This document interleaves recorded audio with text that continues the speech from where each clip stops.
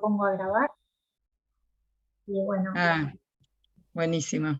¿Cómo sí, andás, Juan Carlos? bueno. Vamos, si quiere empezar, Juan Carlos, así la gente que se va sumando, Hugo y Hernán, va, o sea, después va a estar grabado la charla, así que yo acá de copio el enlace a un trabajo les dejo en el chat, de la investigadora pampeana Eugenia Comerci sobre los desalojos en el oeste del 2018, para, bueno, también tener por ahí un panorama de lo que se ha investigado, ¿no? Así que ahí les copié el enlace. Y bueno, continúe, Carlos, que estaba súper interesante, súper clara la exposición, así que bueno. Y me gustaría explicar por qué la idea en que presenté el proyecto y siempre he hablado de desplazamiento forzado y no de desalojo. En la década del 90, Naciones Unidas se dio cuenta de que, en virtud de las convenciones internacionales, había una normativa muy clara para tratar el tema de los derechos de los refugiados, ¿no? O sea, como el caso que está padeciendo ahora Ucrania, en virtud de la guerra. Pero no había una normativa que estableciera cuáles eran los derechos de los desplazados internos, cuáles eran las obligaciones de los estados donde se producían los desplazamientos forzados cuando las personas o las familias no salían del territorio del estado en que ocurría. Entonces se encargó yo supongo que los amigos mendocinos que tienen la problemática similar a la nuestra, de los despojos, por lo que he podido escuchar en las anteriores emisiones que has hecho, Laura, deben saberlo, y si no lo saben, bueno, me permito referenciarlo. Entonces, debido a esta falta de normativa, cómo tratar a los países que están en Naciones Unidas, a los desplazados internos, se le encargó a un miembro sudanés, al señor Francis Deng, el análisis de la cuestión, de lo que ocurría, y cuando esto sucedió,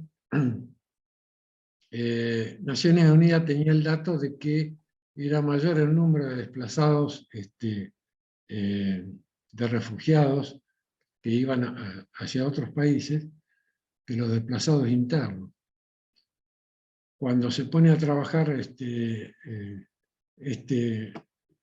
encargado, el Francis Deng, se dan cuenta de que los desplazados internos en los países eran mayor número, ¿no?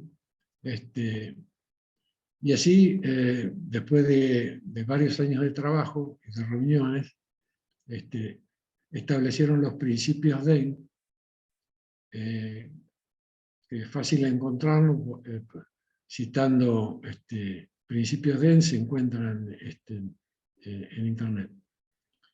Y allí se define el desplazamiento forzado, ¿no? De los desplazados internos, que cubre inclusive a los desplazados internos cuando, no solamente en caso de violencia, como ocurrió en Colombia, donde había una cantidad de desplazados internos fenomenal por el tema de la guerrilla, sino ocurría en muchos países. Bueno, está ocurriendo en África ahora de manera alarmante, desde hace mucho tiempo, y en Argentina tenemos un ejemplo. Cuando se construye el puente Salto Grande, recordarán que había una ciudad allí donde se iba a emplazar la represa. Y el gobierno nacional, al construir esa obra, tenía que inundar la ciudad. Yo no sé si lo recuerdan. La ciudad de Federación. La ciudad de Federación. Y imaginemos que allí había gente que tenía los abuelos enterrados, los tatarabuelos, tenían sus padres enterrados a lo mejor, más toda una vida desarrollada, y había que convencer a esa población de que tenía que ser desplazada. Imaginémonos lo que nos ocurriría a nosotros si nos dicen mañana nos tenemos que se va a inundar la ciudad. Bueno, costó trabajo, pero se logró, y el Estado Nacional tuvo que construir una ciudad nueva, además de indemnizar y bueno, toda la tarea que implica esa situación. Y en la provincia de La Pampa tenemos otro ejemplo muy claro cuando se construye la represa Casa de Piedra, porque en toda la zona del lago, que era semidesértica, bueno, vivían muchas familias de puesteros, y había que sacarlos de allí porque se iban a inundar. En su momento se les prometió el oro y el moro, se los llevó dentro de la provincia de La Pampa, a la mayoría donde está radicada la zona petrolera, se les prometió la construcción de viviendas, se hicieron algunas viviendas modulares, desde mi punto de vista, que no debieron hacerse, debió hacérseles mejores viviendas. Se les prometió que iban a tener acceso al agua del lago, o sea, para eso debían poner bombas, el Estado provincial, para alimentar a todas esas familias con agua, que eran desplazadas de la zona del lago. O sea que, bueno, y además tenemos los desplazados forzosos justamente por la falta de escurrimiento del río Atuel y del río Salado, en provincia de La Pampa, como ya expresé, ¿no? Y eso fue muy difícil de entender, es decir, para la política, porque si lo asumía el gobierno provincial cuando lo planteamos nosotros, tenía que hacer una tarea que era importante, pero que humanitariamente correspondía. Y era hacer un relevamiento de todos aquellos que hace más de un siglo fueron desplazados por la falta de escurrimiento de las aguas del Artuel y del Salado, Chagailibú, Curacó, por lo menos para ver en qué situación estaban, porque en Santa Rosa tenemos un barrio que cuando éramos pequeños le decíamos el Salado Chico, algunos, ¿no? Que era gente que venía de esa zona y vivía en viviendas precarias sin ninguna ayuda del gobierno, ¿no? O sea, sin ninguna ni del gobierno provincial ni del gobierno nacional, que era el responsable en su momento del desplazamiento. Así que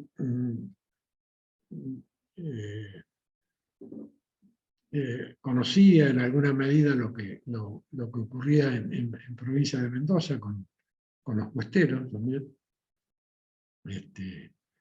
Y bueno, lo escuché a a Benedetto y a otro participante, no recuerdo, en la anterior charla, Laura. Gabriel Jofré, de Maralhueche. Claro, que está ocurriendo lo mismo, ¿no es cierto? Es decir, los puesteros que inclusive tienen una característica muy especial porque están asentados en un lugar, pero en una época del año tienen que llevar sus animales a lo que llaman la veranada, ¿no? A buscar en las alturas los pastos donde puedan alimentarlas. Y cuando son despojados de eso,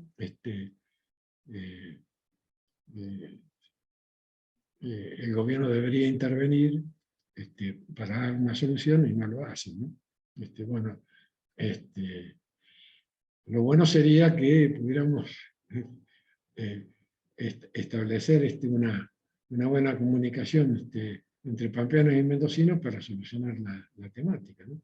Porque también tienen los puesteros problemas con el agua. Tal cual. A mí me interesa también saber un poco qué está pasando, cuál es la situación actual en el oeste pampeano, en La Pampa, con el tema de los desalojos. Usted hace un rato estaba comentando, bueno, esta noticia de Pinedo, ¿no? Del puesto donde Bueno, usted donde había iniciado bueno, toda la demanda y demás. Quería ver. Sí, cuando yo comentaba que establecí el despacho, justamente lo de Silvestre Pinedo, él tenía construido una casa por el Estado provincial. Así que no solamente iba a proteger del despojo al puestero, sino en alguna medida hacer lo que tenía que hacer el Estado provincial, que era defender un bien que se había construido con dinero de nuestros impuestos. O sea, es como entregarle una vivienda Fonavi a una familia y después dejar que un tercero, sin derecho alguno, se lo prive de ello, ¿no? O sea, el Estado tiene que intervenir. Bueno, como estaba en el oeste, al Estado provincial no le importaba. Y allí, es más, sería muy largo contar todas las situaciones puntuales, pero, por ejemplo, recién terminó el caso favorable a Silvestre Pinedo, pese a que él tenía más de 60, 70 años de posesión, ¿no? Porque sus padres habían vivido allí, y él no había nacido allí. Allí se habían criado él y 11 hermanos. Cuando se lo intentó despojar, él tenía más de 50 años, así que imaginemos los años de posesión que tenía, ¿no? Y en otros casos, para que se tenga una noción de lo que ocurría y lo que sigue ocurriendo,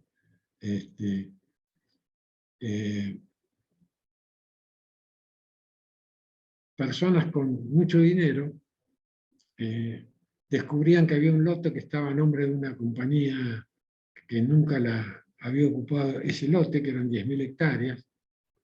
En esas 10.000 hectáreas están en la zona de Limay Mahuida, sobre la ruta 19, vivían 3 familias, desde siempre vivían allí, ¿no?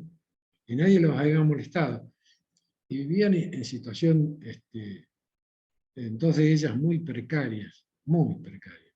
O sea, una vida de subsistencia, no tenían posibilidades económicas de contratar para el plano de mensura y menos trasladarse en la década del 80 o del 70 a Santa Rosa o a General Hacha para hacer los trámites de posesión. Les era imposible directamente. Y en algunos casos no sabían ni leer ni escribir. Entonces, el lindante, que tenía una sociedad que tenía más de 200.000 hectáreas alrededor de esa zona, alambraba el campo, ¿no? En la parte que era lindera con los campos de su propiedad, y después reclamaba la medianera. O sea que, ahora, el reclamo no se lo hacía a los puesteros, se lo hacía a la compañía que figuraba en el registro de la propiedad. Se iniciaba el juicio, esa compañía había desaparecido hace ya un siglo, se llamaba la Compañía Sudamericana de Tierra. No aparecía en el juicio. Entonces, como había que pagar la medianera, esa medianera costaba más que el valor del campo. En esa época, la que estoy hablando, un campo en esa zona valía 10, 15, 20 dólares la hectárea, y en un lote de 10.000 hectáreas, imaginémonos, alambraban 3 laterales y eran 30 kilómetros de alambrado. Valía, con ese valor se compraba 2 lotes de campo. Bueno, salía remate y el juez tenía la obligación, antes de ordenar la subasta, que en el expediente figurara el estado de constatación de ocupación del bien. Pero nadie iba a constatar que estaba en los paisajes, y se remataba el bien. Bueno, ese fue un caso muy conocido que todavía se está peleando en la justicia, ¿no? Que ha salido en muchos medios, el caso de Simplicio Albornoz, que inclusive yo cuando lo conocí, en el 2004-2005, después de conocer el problema que afrontaba, recurrí a un plano de la provincia de La Pampa del año 30, y en ese plano de la provincia de La Pampa, hecho por el Instituto Geográfico Nacional, figuraba ya en el año 30 el puesto de Pedro Albornoz, que era el padre de este postero, en el año 30. Y se lo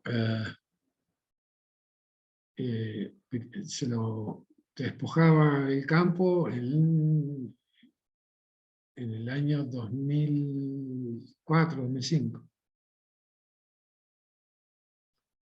Todo, inclusive, por esta maniobra que explico, y porque el abogado que él contrató, parece mentira, pero es real lo que voy a decir. En el fallo, la jueza, que le priva de este derecho a Albornoz, dice, no probó ser hijo de su padre. Así como se lo digo. O sea, porque para que se traslade el derecho de posesión, supongamos, yo tengo un derecho de posesión sobre este bien, pero para yo paso a mejor vida, y mi hijo quiere reclamar la posesión que yo ejercí, tiene que acreditar que yo soy el padre. Bueno, el abogado, el estudio jurídico que lo patrocinaba, uno de los estudios más importantes de Santa Rosa, se olvidó de presentar la partida de nacimiento de Simplicio Albornoz, y la jueza, que era de la zona y que debía conocer la cuestión, dijo, no, acreditó ser hijo de su padre, cuando podría haber antes de dictado sentencia, pedido una medida de mejor prover, que se llama, que los abogados conocemos, y pedir al registro de civil, decir, a ver, mándeme la partida de nacimiento de este hombre. Eso era todo. Bueno, todavía está peleándola, Lo que sí ha hecho el gobierno para lavar la conciencia de los funcionarios es construirle una casa.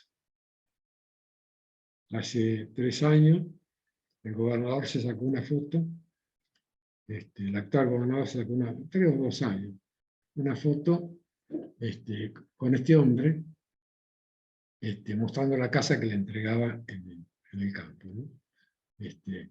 Pero nunca el gobierno, pese a reconocer la situación, pese a reconocer que teníamos razón, inclusive causa gracia, pero cuando yo expuse el proyecto que presenté en la Cámara de Diputados, públicamente fui felicitado por un representante del oficialismo, públicamente, sin que nadie se lo pidiera, pero que ellos iban a solucionar todo, y bueno, hoy están suspendidos los desalojos y por eso la cuestión está bastante tranquila, pero no está solucionado el tema. Y menos aún solucionado el tema humanitario por parte de Nación y de la provincia de La Pampa. No hablemos de Mendoza, porque Mendoza no se va a hacer cargo de los desplazados por la falta de escurrimiento de...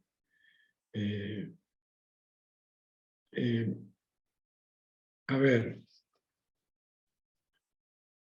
el desconocimiento de los funcionarios, hablo de los funcionarios de mayor rango, o sea, de gobernador, de fiscal de Estado de la provincia de La Pampa, es tremendo, tremendo. En el año 2014, cuando La Pampa decide iniciar una nueva acción para reclamar las aguas, el gobernador de la provincia de La Pampa, no obstante que había estudios jurídicos capacitados en la provincia, en Santa Rosa y en la provincia de La Pampa, para llevar adelante el juicio, contrata a un jurista muy reconocido a nivel nacional, al doctor Gregorio Badeni, que ya está fallecido. Hace una reunión en el Salón de Acuerdo de la Casa de Gobierno, con invitados. Bueno, nosotros no estuvimos invitados, ¿no? Pese a que el juicio se hacía sobre la base de lo que habíamos planteado en su momento. Pero eso era lo de menos. ¿Qué dice el gobernador cuando plantea la cuestión? Lo voy a leer porque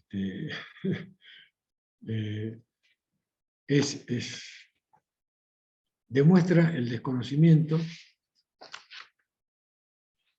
demuestra el menosprecio a ese sector del territorio pampeano. Les voy a leer porque podría decirlo, pero además de el gobernador de expresar esto, la Casa de Gobierno se encarga de emitir un comunicado y mandarlo, con lo que dijo el gobernador, a todos los medios de difusión. ¿Qué dijo? Mendoza ha sido el causante de un inmenso daño social en el noroeste pampeano. Por eso yo hablaba de la importancia de la integralidad del problema, ¿no? Del desastre ambiental, que va desde el noroeste pampeano hasta el sur, hasta la desembocadura con el Colorado. Entonces, el causante de un daño social en el noroeste pampeano. O sea, se olvida de todo lo demás. Región que fue condenada al atraso en su desarrollo y al éxodo de su población debido al uso arbitrario del agua, el que privó a sus habitantes de toda posibilidad de desarrollar una vida digna.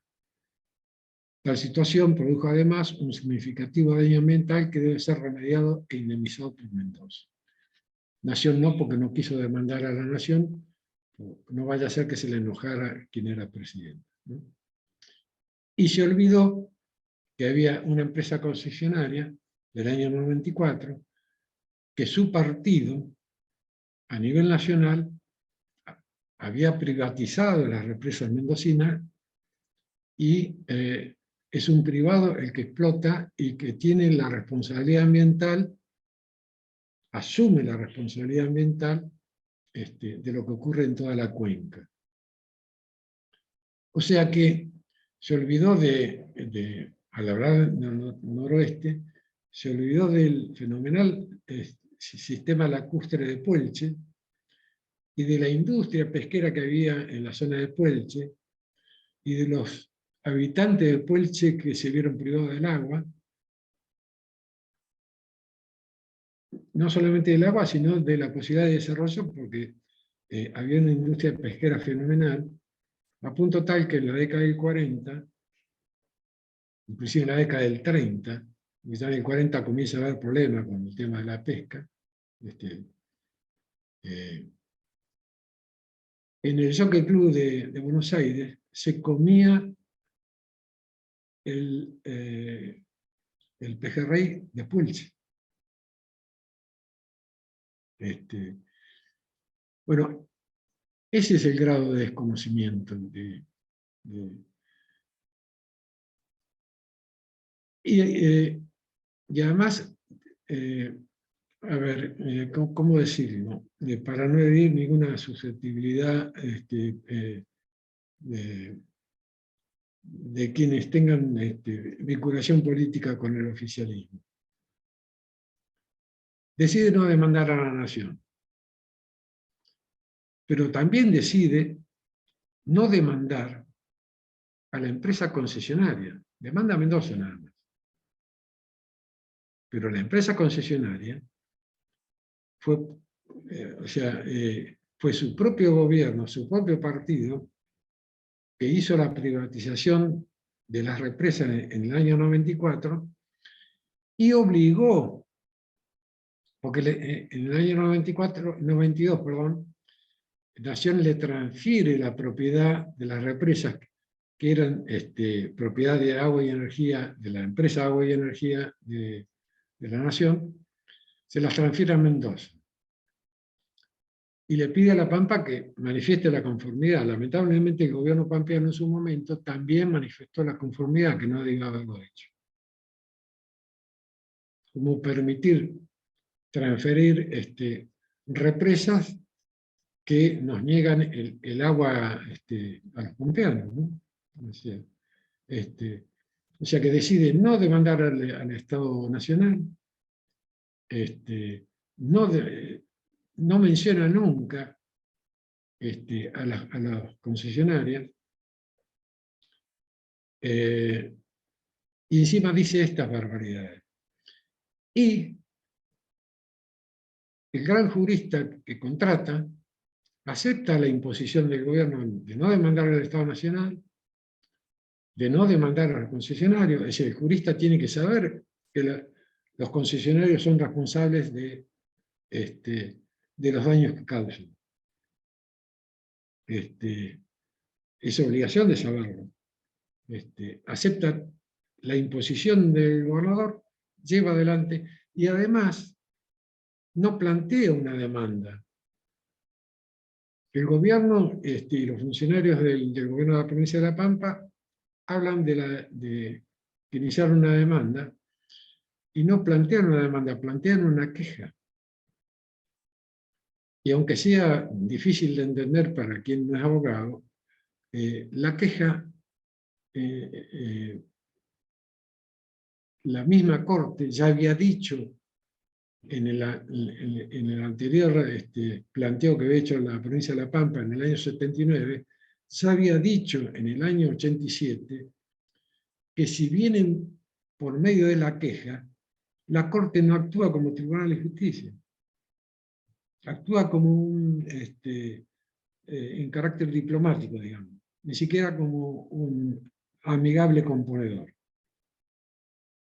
O sea, todas esas cuestiones le son ocultadas a la población pampeana. Y lamentablemente hay organizaciones no gubernamentales, medios, que son afines no hablo de las ONG, pero sí de medios que son afines al gobierno, que silencian esto. Pese a que uno lo expone, lo silencian.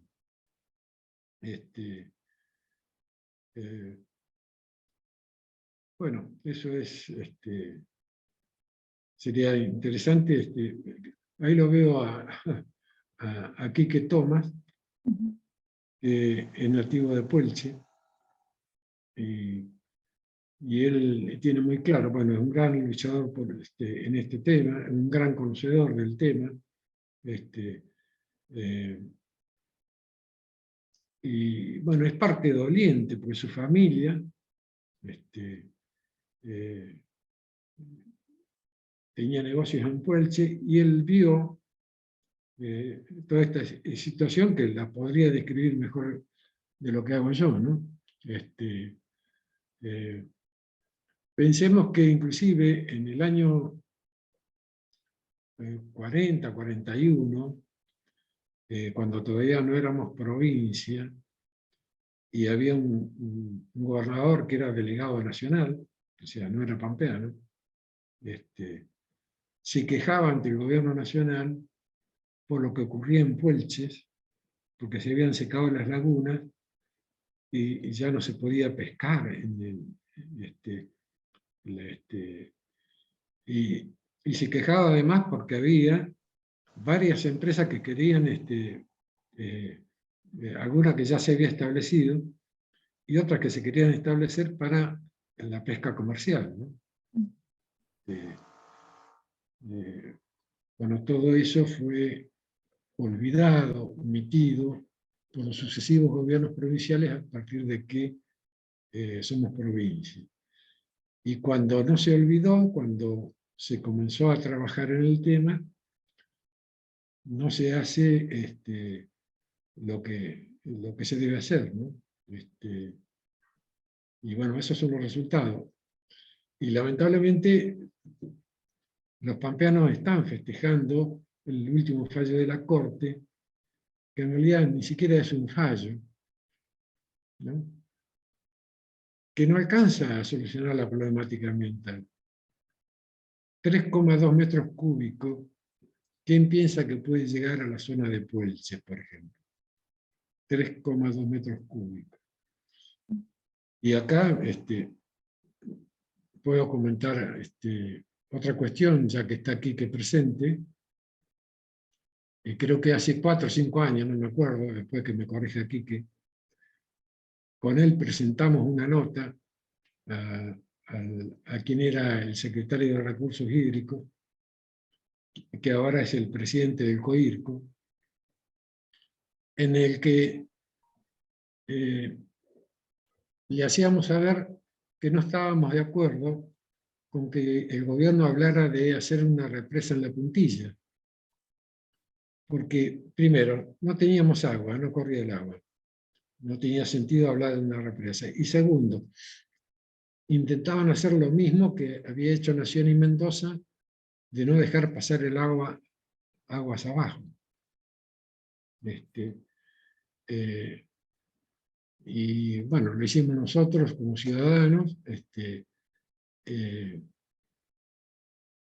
Hay ONG que tratan el tema, pero que no se expresan de la misma manera. Y sería muy importante que la población pampeana se diera cuenta, y sobre todo en aquellos que quieran nuestra provincia, que aman nuestra provincia, que tengan una idea cabal de cómo actúa el gobierno provincial, más allá de la afinidad política que tenga. Bueno, no quiero hablar más, quiero dejarlos librados a las preguntas, ¿no? Sí, ya quedan, le agradezco muchísimo todos estos aportes, bueno, su experiencia y demás, ¿no?, en el tema. Nos quedan, digamos, unos 5 minutos, un poquito menos. Si alguien quiere hacer alguna mención, alguna pregunta, algo breve. La idea es continuar en noviembre también el ciclo, así que seguir más o menos con gente también, en este caso de La Pampa. Así que yo voy a hacer circular la información. Seguramente les va a llegar y bueno, por ahí algunas cuestiones las podemos retomar allí. Pero si quieren hacer alguna observación, alguna pregunta, alguna consulta, tenemos unos 3 minutos. Tendría que hablar menos. ¿No? No, pero es necesario porque es un tema largo, complejo, o sea, y tiene aristas que por ahí, o sea, son desconocidas, incluso para quienes investigamos, estamos investigando la temática, así que, pero bueno, no sé si alguien tiene alguna contribución, alguna pregunta, bueno, si no, ya lo cerramos. Elsa, bueno, muchas gracias por participar. Estas grabaciones quedan colgadas en YouTube, bueno, tienen mi nombre y el canal, pero yo después también las subo a Facebook, así que quienes están como contactos la van a ver y bueno, la idea es que circule y la idea también es esto que usted mencionó en un momento, de acercar, o sea, a través de estas charlas también ir acercando un poquito las posiciones pampeanas y mendocinas, porque históricamente a través de o sea, el conflicto ha sido como también una bisagra en las relaciones pampeano-mendocinas, y ya ha pasado tanto tiempo, ¿no? Este conflicto irresuelto, que también se ha generado mucho desconocimiento, mucha por ahí información que no es 100% real, se generan roces y bueno, en realidad, o sea, en Mendoza también se está dando todo un proceso de lucha por el agua en los últimos tiempos, o sea, de parte de la población, o sea, de resistir la apertura de la provincia a lo que es la megaminería, también se está resistiendo al fracking, que lamentablemente se ha empezado a hacer, y que en cierto modo, o sea, esos avances también afectan directa e indirectamente a La Pampa, o sea, a este conflicto, ¿no? A su resolución. Así que, bueno, el objetivo también de estas charlas, bueno, de a poquito que se vayan conociendo, o sea, estas cuestiones que afectan a uno y otro lado del límite provincial. Esperemos que los amigos mendocinos no se hayan molestado por la... Porque No, en realidad lo importante es establecer lazos, ¿no? claro, Que sí, se... sí. La problema está ahí. En fin. Sí, en la primera charla estuvieron las compañeras de la Asamblea Popular por el Agua. El tema es que esa charla no se pudo grabar porque fue a través de Meet, pero bueno, ahí estuvo también Enrique Tomás y fue muy interesante, o sea, bueno, para conocer y bueno, cómo se está dando de a poquito un acercamiento, ¿no? Ahí se quería decir algo y ya se nos acaba. ¿No? Ah, creí que era No, gracias, gracias. No, bueno, yo les agradezco muchísimo la participación, estar ahí del otro lado, y bueno, voy a hacer circular la grabación. La idea es que llegue a más gente y bueno, vamos a seguir con estas charlas ahora en noviembre, no tan seguidas por ahí, no todos los viernes, pero al menos 2 charlas más van a haber, y veré, bueno, qué pasa más adelante, pero está bueno por ahí encontrarse.